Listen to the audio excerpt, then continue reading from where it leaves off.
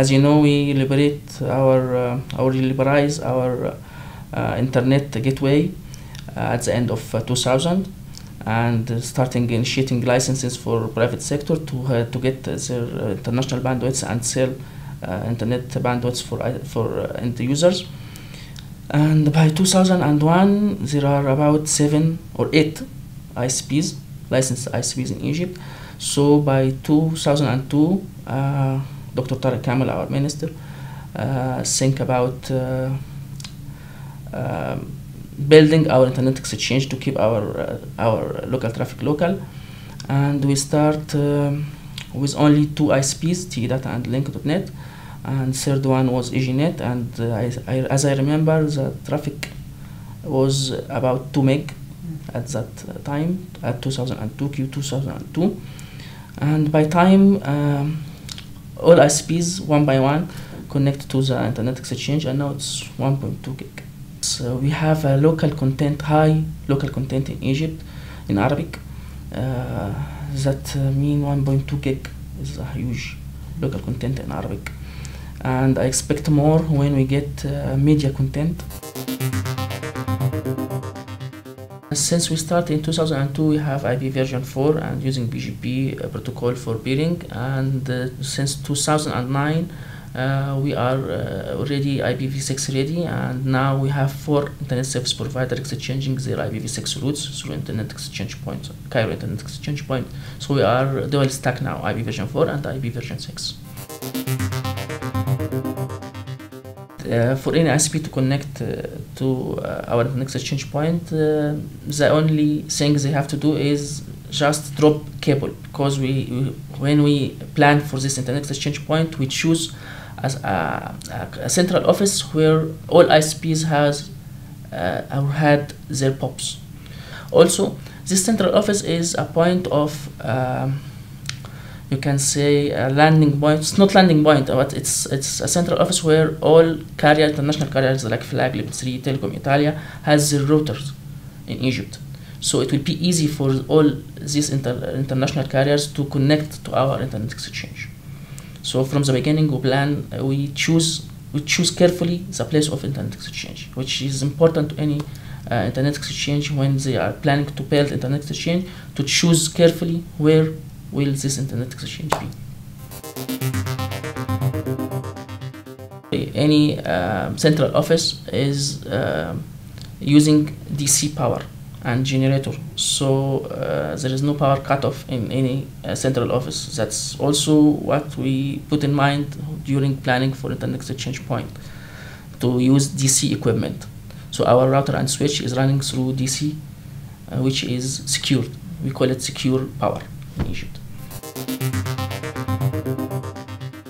If government didn't build the internet exchange point in Egypt, there will not be internet exchange built in Egypt, because no internet service provider in Egypt trusts other internet service providers. Okay, there are competitors and they didn't trust each other.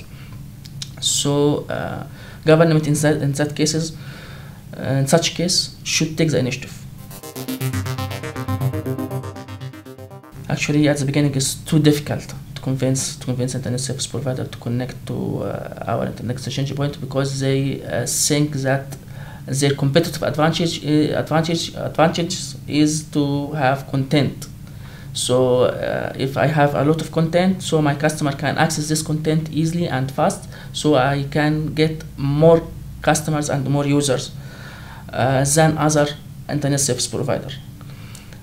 So to convince them, it takes a lot of time to make a calculation for them how much money they will save if they keep their local traffic local.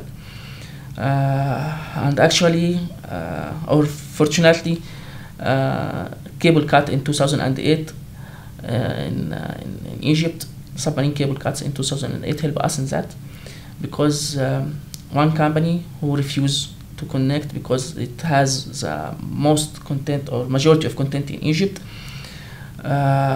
get lost and couldn't connect to internet, and has to connect to internet exchange to go to through another internet service provider to internet. from our point of view as a regulator or Ministry of Communication, put it in the license that any internet service provider should connect to the internet exchange. Actually, our model in Egypt that any government agencies would like to connect to internet, it should go through one of these 6 ISPs, because these 6 ISPs are the only ISPs allowed to get international bandwidths.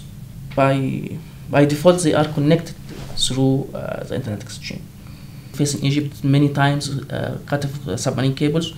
So if any ISP affected of this cut and another one didn't affect because it's going for internet through another submarine cable, it can use the internet exchange as a backup path to go to internet through another internet service provider. Before internet exchange point, you have to, if you would like to access any newspaper in website in Egypt, you have to go to Italy, then from it's the nearest point to Italy, then from Italy to Egypt again, and so on. The return traffic will go from Egypt to Italy, then to the end customer again. So now which means about 700 milliseconds delay. Now it take about 50 milliseconds delay at maximum. It's safe 1.2 gigabit per second international bandwidth, so that's equal to $1.1 million yearly. And you could imagine that without any content hosting in our internet exchange. So if we host Google or Akamai or any content provider in our internet exchange, that amount of US dollars or that amount of hard currency will be increased to be triple or double or triple this amount of US dollars. It enhances quality of service and it helps more in eGov applications. Because it facilitates the login to eGov services and also e-banking, e-commerce, such. And during the cable cuts in 2008 and 2009, we still have our eGov services running and stock exchange is still running inside Egypt, and also e-banking. It helps more in keeping our e-life still life. So it has a big impact on business, and I don't think it's in Egypt only. It could be in any other country, especially in Africa. It will has a huge impact or a dramatical impact on business and saving the money. I receive daily feedback from consumers, especially consumers that found their routes didn't pass through internet exchange. And there was another feedback from content providers or content owners, such as newspaper and others, that it's thanking our government for internet exchange, which make it easy for customers to connect to websites.